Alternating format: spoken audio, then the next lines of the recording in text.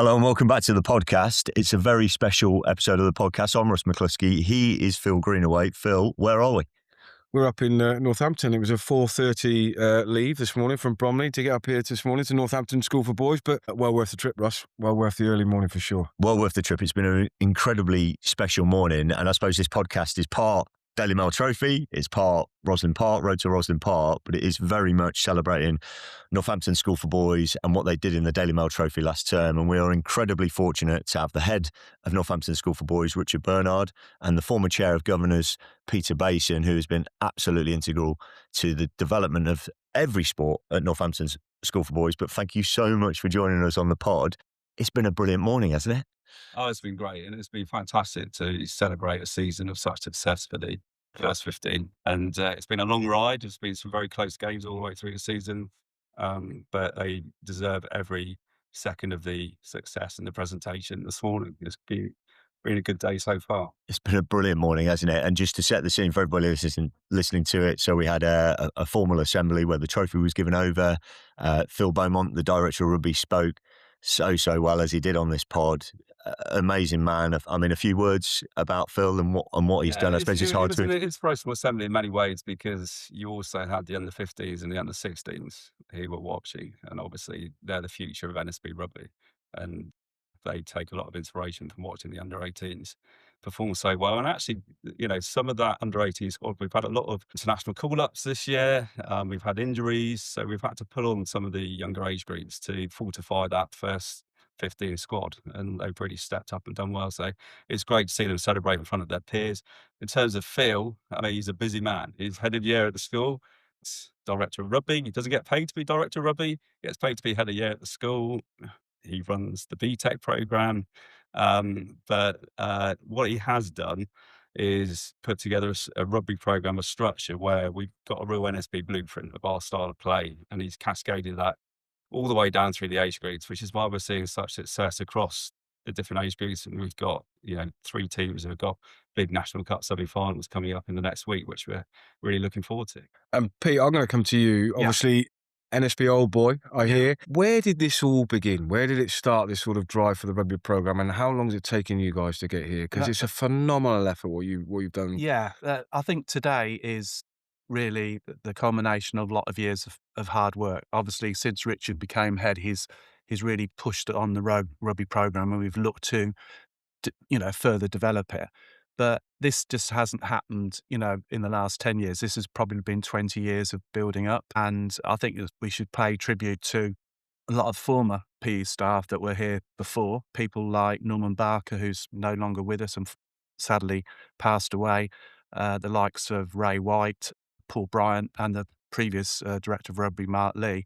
They laid the foundations that we have here, that we've been able to build on. And as we'll talk later about bringing community coaches in. And today was quite an emotional day, because it's been the sort of journey that we've been through, and to see the boys go and get that Daily Mail trophy today was very special for the school, particularly as we're a state school. Very special. And let's just talk about that then. First, state school winners. State school that goes up against you don't hide from anybody. You play all the big schools. I mean, Phil was talking about the schools you played there, Millfield, Sedbergh, and we know, because Phil and I were in the game, and Richard, we met at Twickenham 3 years ago, didn't we? Yeah, very much so. And that was a brilliant day for you. Yeah, I'm over it, I promise you. Yeah. Some of our boys have still got nightmares about your number 9. I can remember him scoring 2 tries in the first half. Yeah, well, Mr. Tongaway gave me quite a firm handshake on the stage, actually, as he came up. And it's nice to see he's still growing. He's still a good story, actually, with George. When he was that under 15s, Courtney Laws, who was a former student at the school, came to hand out the shirts. And there's a great photograph of Courtney, and actually Courtney looking up at George, age 15, because actually George was slightly taller. Yeah, and I told the story earlier, actually, that the boys had been talking about George all week leading up to the final. And they were like, sir, he's bigger than you. And I was like, no, he's not going to be big. He's 14, 15 years old. And at full time, I made a beeline for him on the pitch to shake his hand to say, well done. And he'd had a good game. And yeah, he was as big as me. Yeah, he measured up, definitely. But in terms of that state school piece, Phil and I are both actually ex-state school boys. Yeah. How important is that for you? I mean, it really resonated today in the assembly. Yeah, I think hopefully that we're flying the flag for the state school rugby, but we're not the only school. There's other schools in the rugby programme in the state sector, Thomas Rich, Campion School, for example, Skinners, who have had great seasons as well. So, it's definitely not a one team state school team show this season. There's been some fantastic showings from state schools all around the country, but we're interested in allowing our students. We want our students. The vision of the school is for students to realise their potential both in and out of the classroom. And we've got a very talented group of rugby players in the school all the way through the year groups. So we've got to make sure that they have the opportunity to pit themselves against the very best in the country, whether that's private school sector or state school sector. And next week, for example, the A teams in their semi-final are up against Campion. It's going to be a really good game. Yeah. So That's great to see, isn't it? And at a time when rugby has been under pressure in the media with lots of, whether it be injuries or finances or whatever it might be, what is it that rugby brings to this school community for you guys? What is it that makes rugby so important, and how does it add value to the school beyond the rugby pitch? Shall I answer that? you Yeah. got- So I think when Richard became head and I became chair of Guns at the same time, we both agreed that obviously all the extracurricular provision is really important in terms of engaging children in the school, developing really good relationships with staff. That impacts on behaviour and that impacts on academic outcomes. But in terms of rugby, to see over 150 boys turn up on a winter's morning wearing their blazer and tie, happy to support, passionate to play for the NSB badge is really important for the whole school community. And there has been, all state schools are under lots of financial pressure, but both Richard and myself have doubled down on the extracurricular program, realising, particularly after COVID, happened after COVID, how important it is to give children the opportunity to really do their best, perform the best they can, and that radiates into the classroom and academic outcomes. And it's not just rugby, is it? We spoke about that before hitting record, and we spoke about it this morning. If you know school sport, you know that your water polo, your basketball, your football is excellent too. Yeah, Exactly. I mean, Music, drama. Yeah, all the co-curricular, yeah, as I said, the vision is for all students to hit their potential both in and out of the classroom. And whatever students are interested in, we seek to try and help support them reach their potential. So that could be dance, it could be drama, it could be any of a whole range of sports. And yeah, we're very proud of the fact that we do have such a rich network of sporting activities for our students. But you're going at two angles, because you've got the elite level. The first 15 today are a great example of a team who are performing at an elite level, and those students are getting wonderful opportunities. But also you've got 1,800 students in the school, and they're not all well beaters, but they've all got a passion in something. So you've got to make sure that you've got a framework within the school that allows those students to reach their potential as well. So, for example, we've got a really rich and engaging house system, and very competitive. Students love representing their house, and they compete for the House Cup at the end of the year. And every student in the school will participate in a sporting activity for their house over the course of the year. But that's got knock-on sort of strategic elements. So, for example, when you're considering staffing for PE, we look at what specialism do we need in the extracurricular. So we're not just looking at the best general PE teacher in the curriculum. We're also looking at, what does our extracurricular sports program need? Do we need a specialist in basketball or cross country or athletics or water polo or rugby or football or cricket, which are all sports that we really enjoy participating in? And I would say at the moment, we are in the strongest position we've ever been, in that in every single one of those sports, we have got outstanding expertise from a coaching perspective. And by having so many students just so wrapped up in the rich extracurricular program, some of the things that Peter talked about there, it has a massive knock-on benefit for behaviour. It has a huge knock-on benefit in terms of attendance. Students become very proud of coming to the school, and they desperately want to put on that NSB shirt, whether they're competing for the D team or whether it's for the C's or the B's or the A's. There's an immense amount of pride in representing the school. And the standards in that assembly this morning, the uniform standards, the way the boys and the girls came and observed it, didn't they, as well, the girls' rugby programme. You just saw the pride in the school. 100%. The other balancing act you've got is, academics are obviously crucial, and it's about realising potential in the classroom and outside of the classroom. So the students know that there's strict targets that they've got to be meeting. So, they've got to meet their academic targets. They've got very clear academic targets, each student, and also they've got to meet their attendance targets. And their behaviour record has got to be so that we can trust them to be good ambassadors for the school when they represent the school. And the students know it's very clear in the school that if they don't meet those standards at behaviour, attendance, and academic, then they will be in interventions to help support them in those areas. And that might mean that they don't get to represent the school. Yeah. And we're very strict on the behaviour aspect of that. The students have got to show that they will be good ambassadors for the school. And if that's not the case, they'll be supported, there'll be intervention to make sure that it is the case the next time they represent the school. But it's source, isn't it? Is those 4 things you mentioned, behaviour, academic, attendance, and alongside the co-curricular offering, they all mix and benefit each other. They're not mutually exclusive things. They all wrap up. And that's what we saw in that assembly this morning was just, a real coming together of all of that and some talented rugby players. But that was what struck me about the assembly. That's absolutely right. And I think if you look at all the students that leave NSB, and doesn't matter what extracurricular provision they've been outstanding in, could have been drama, dance, music, sport. I think they're very employable because of all the skills they've learned from doing all those sort of activities in terms of resilience, teamwork, all that sort of stuff makes them incredibly employable. And, we're very proud when students come back, Richard, and we find out, how well leveraged in the extracurricular program. Success breeds success, and the proof's in the pudding. So, alongside the sporting success, the school does have very low levels of suspension, very high attendance rates, and very high academic outcomes at GCSE and A level. And I think having a rich extracurricular program really helps support that kind of level of achievement in terms of those other areas of the school. Fantastic. But listen, we are here to talk about rugby. We are celebrating rugby this morning, and being in Northampton, it's a rugby-rich town. We've driven past 800 rugby clubs on the way in here this morning. It's been ridiculous. Rugby pitches as far as the eye can see. Amazing, isn't it? It's almost like driving through Rosslyn Park. It was ridiculous. Yeah.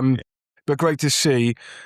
That community element is really important to what you've done here. Can you tell us a bit more about that model? Because you mentioned, state school, struggling with investment all the time, where to put that investment. How have you made that work by utilising what's in the local community? Do you want to ask that bit? Because Pete, I don't know if he's mentioned, but his other role is he's on the executive of the ON, literally across the road. Yeah. Yeah, I think one of the keys to our success has been the ability to bring in community coaches, and not just from the old Northamptonians, from Northampton Old Scouts, from Northampton Casuals, Bugbrook Toaster, a lot of the local clubs. The community coaches come and work with our age group.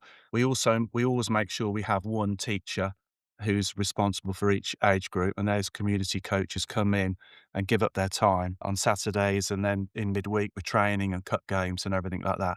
Without those community coaches, the programme wouldn't be as rich as what it is today. And that's been one of the, certainly over the last 10 years, I'd say, Richard, is one of the secrets of our success. Absolutely, because if you're running a rugby program where you're putting out A, B, C's and D's in each age group, particularly in the younger years, then you need the right staff, and you need staff who can actually help support the students reach their potential. So they do need to be skilled staff. So like I say, we do have specialist rugby PE teachers within our PE department, and they all have got an age group, but they are supported by a fantastic army of community coaches who come from all of the different clubs around Northampton. And when we put an advert out, like we say, success breeds success, and people want to be part of a successful program because they get a huge amount of enjoyment and reward in terms of, coaching a team who are up against, as we've said earlier, some of the best state school and private schools in the country in terms of rugby, and particularly when they've got a national cup run. Yeah. It's an exciting adventure for everyone involved, students and the staff of NSB, and also the community coaches as well. I bet you're not short of applicants, are you? For a part-time coaching position, casual hours. I bet you're not short. It's not genuinely. It's paid at an honorarium. It's a pittance.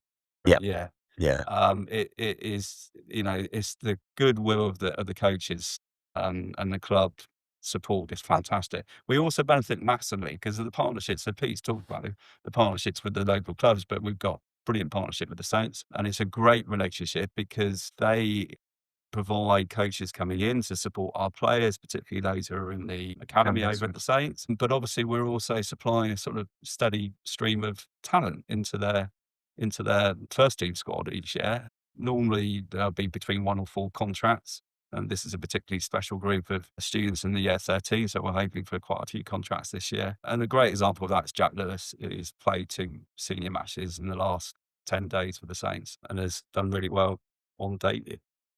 Yeah, I think the other thing with the community coaches and to pay tribute to the local clubs is that when we get the boys in year 7 now, they've been very well coached at their local clubs. So they come to us with really good basic skills.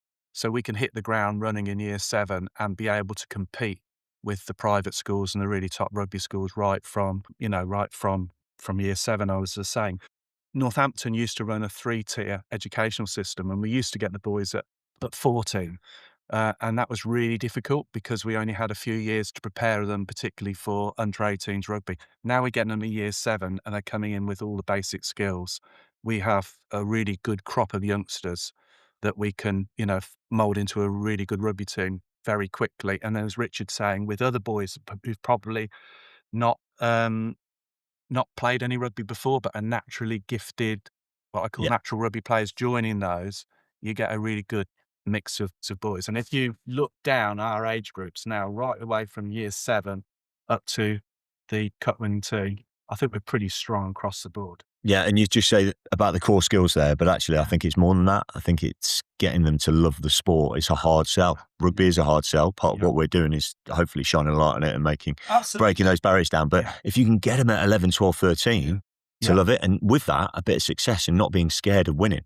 And Phil and I talk about this all the time. Too often we're a bit embarrassed about winning or scared of winning and process over outcome. But actually you need a bit of outcome. Under 11, under 12, under 13. Yeah, you do, but you get that outcome through having the right ethos.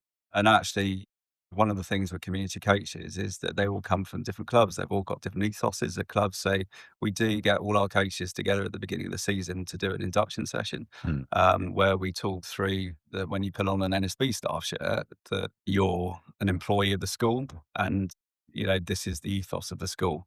And it's a warm, nurturing environment where students aren't afraid to make mistakes. And you hear from the Saints a lot about, there's no issue with making good mistakes. If you're doing what you're supposed to do and it didn't quite work, that's fine, because next time you will do it, you're going to end up being successful. And we've got this great culture now throughout each of the age groups where the students just love going to training. They really enjoy training. They're passionate about putting on the NSB shirt, but they go out there and they feel safe. They're in a secure environment and they know that they're going to give it their all. But if it doesn't get shouted at, there's going to be no negativity attached to it. It's a supportive environment. And actually, if you trust the process, like you say, Russ, then the outcomes will look after themselves. Yeah. But you need that warm, constructive environment where students are really challenged to be their best, but they're not afraid to make mistakes. Yeah, they want to turn up, don't they? And I mean, you've got a lot of 15-a-side rugby still to be played right now in the spring term and deep into the Lent term, which is super exciting. Yeah. Let's take 8 players off that 15. What does your best 7 look like? Because we're obviously looking at Rosslyn Park and the road to Rosslyn Park. I mean, it should be quite a tasty proposition, shouldn't it? Yeah, we love the sevens. We are in a sort of unique situation this year where our age groups, the under 14s have got a national semi-final, the under 18s have got a national semi-final, the 15s have got a national semi-final. So our attention at the moment is very much the 15-a-side game. And there is, for example, the 14s could well be going into Rosslyn Park without having anything other than one single training session for the sevens. But we've got a lot of great athletes in each of the age groups for the Rosslyn Park. So I think they'll have a fantastic experience, as you do. Any school has a fantastic experience at Rosslyn Park. But they'll be going in being competitive. They just won't have had as much sevens preparation as they normally would have, just because of the length of the cup runs that they've enjoyed this year. And they have been magic, haven't they, those cup runs? I'd like to just sort of switch back really to the start of the season. And I mentioned for that senior tour to South Africa, what I loved and what Russ and I have taken away from that is just, that was all done by the staff. So you mentioned that Phil was director of rugby. Most schools would go out and organise a tour, through a tour company. How special was that? whole experience for the boys, for staff, in terms of setting your season up? Well, Peter, you were there, weren't you? I actually went on the tour. Oh, Peter, I'm jealous. It was the most fantastic experience. It was wonderful for the boys to get together. And obviously, we had coaching sessions, we had training sessions, and then we were playing against some real quality opposition. And it's really eye-opening when you go to South Africa to see the intensity of the rugby, the physicality of the rugby, the skill they play, the passion they play. And I think all of that rubbed off on the boys and it prepared them for the cup season ahead. And if you actually look at our resilience, I think our resilience has improved this year. And I think a lot of that is because of what they experienced in South Africa. Apart from that, to go over there and the work that Phil did in the townships, raise money to provide a kitchen in one of the townships in Paarl. And we went on the day when the kitchen was open and the students sang the school song. They welcomed us. The boys went out and did coaching with us on a very bare, sparse rugby training area. But to see the delight on the children's faces when we turned up was something I found it quite emotional. I think that tour and the commitment that all the staff put in, Phil and Adam, Simon, Ali who did it, and then we had Deputy Head Matt Neeshall came, the work that they put in terms of raising money for the tour, the experience that they gave all the boys, I think you shouldn't underestimate how important that was as a catalyst for the success of this season. But also what a tribute to you, and I will say it, as chair of governors, former chair of governors, was I suspect it was a way to cap off and thank you for your time and everything you've put into school sport here. So yeah, I was very quite an lucky because amazing Phil thing. asked me, invited me along, and it was a special 2 weeks and something I'll never forget. It wasn't just because they needed a dentist on the trip. It wasn't why you were invited. Amazing. I actually broke my toe on the trip. Oh no! I was running the line and George Tongawear trotted on my toe and managed to break my middle toe. You're lucky that's all he broke. The size of him, I tell you. The size of him. You really are. You've both been incredibly generous with your time this morning. I mean, from the second we came to the school at 7:30 this morning, it's been an incredibly warm welcome and we just love hearing about it. We love school sport and we love school rugby. The future is incredibly bright. Obviously, Peter, you've stepped down as chair of governors, but I know you'll be massively invested in it. And Richard, I mean, it just seems to go from strength to strength. I mean, it's just this self-fulfilling prophecy now, isn't it? And obviously it takes a lot of effort and you can't sit back and rest on your laurels, but I think that's a really important point. Yeah. You've got to constantly review. Yeah. So we're constantly reviewing where we're at and we're constantly looking at what's the next level. So, if you're talking about rugby, there's been a lot of work put into developing this season, the strength and conditioning side of the program, but also we've got a really top class sort of medical support as well in terms of we use Luca Healthcare in terms of the concussion, the head injuries monitoring. We also have got links to physiotherapy and making sure that our students who might be carrying a knock are looked after every week. We've got great pitch side first aid and medical care. So that's been a really important aspect to it as well. We're looking very closely at, facilities wise. You've seen our first 15 pitches had quite a battering this season. We're looking at seeing whether we can put any investment into our sort of pitch facilities because it gets very frustrating when you've had the year we've had where it's rained every single day and actually there's been rugby cooled off, and it'd be great to have a, opportunity to perhaps have, an AstroTurf pitch where that you're at least going to be able to have a training session or a match. So, I mean, that's some way off at the moment, but it's something that we're looking at because we're very fortunate. We've had to look at outside the box because obviously running a rugby program the size of ours at NSB, it does cost, and we've got a state school budget. So we have, we're very grateful to sponsors who have annually put money into the school rugby program. And some of those sponsors have been with us right since the day dot. So before the level of success that we're enjoying at the moment, they realise just how much students can get out of a really flourishing rugby program. And we're very grateful as well to former students. Courtney Laws, he ran last year, he ran a dinner for us with funds going to the program and, gave up a fantastic amount of time for that evening, which was brilliant. But yeah, we never rest on our laurels. And like I say, it's a big balancing act because academics, behaviour, attendance, extracurricular success, making sure that each of the sports and music and dance and drama do all get the right resources in order to be successful. It's one of those things that you've got to be constantly looking at and monitoring. and making tweaks where necessary just to take it up to the next level. At a time when it would be very easy to cut. Yeah, and I think pull that's back. where Richard deserves a lot of praise, because at a time when, we've had some real, we all know state schools are under a lot of financial pressure, but Richard will always double down on the extracurricular program and say, if we take away the extracurricular program or cut it, then the result will be academic standards will go down. So he's always doubled down, and we've always managed to find a way to keep on funding that extracurricular program. Because the extracurricular program brings so much to the school.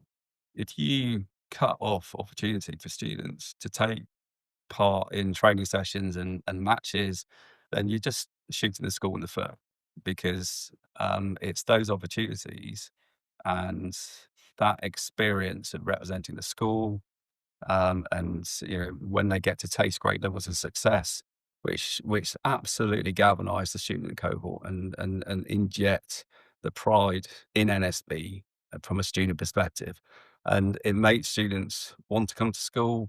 It makes students enjoy school, and that has a massive knock-on benefit for attendance, behaviour, and academic results. So to cut your extracurricular program is, I think, probably the worst thing that you can do in a school environment. Yeah, brilliant. Well, look, what we've got from this morning, as you said, Ross said, you've been incredibly generous with your time, is what you've done here is about the community. It's about the people involved. And that's what we'll take away, certainly from today. Pride in that assembly of not just the boys who are on the stage, but everybody in the room, from the students who were at the back, who weren't necessarily part of it, but just that pride in the school. And huge credit to you, gents. And it's just been an absolute pleasure to be here this morning. And Russ? Just a real honour. Yeah, thank you so much for your time and to have a look under the bonnet. And I hope we can come back soon. That first 15 pitch has definitely been played on, hasn't it? That has definitely been played on. But thanks to you guys, because you parents all look at the website. They really enjoy the podcast. So what you do is brilliant in terms of really highlighting the fantastic rugby program that we've got in this country at school level. Thank you so much. That's very kind of you. Very, very kind of you. Listen, it's been a wonderful, wonderful morning. I am genuinely leaving with goosebumps, and we're also walking outside into some sunshine, which Northampton School for Boys put on for us this morning. But listen, what an inspirational morning for those pupils involved and every member of staff here. It's an incredibly, incredibly wonderful place to be this morning. I've been Phil Greenaway. He's been Russ McCluskey. We've been Little and Large. Please like, subscribe and follow, and we look forward to you on the next episode. Thanks, guys. Thanks so much for having us.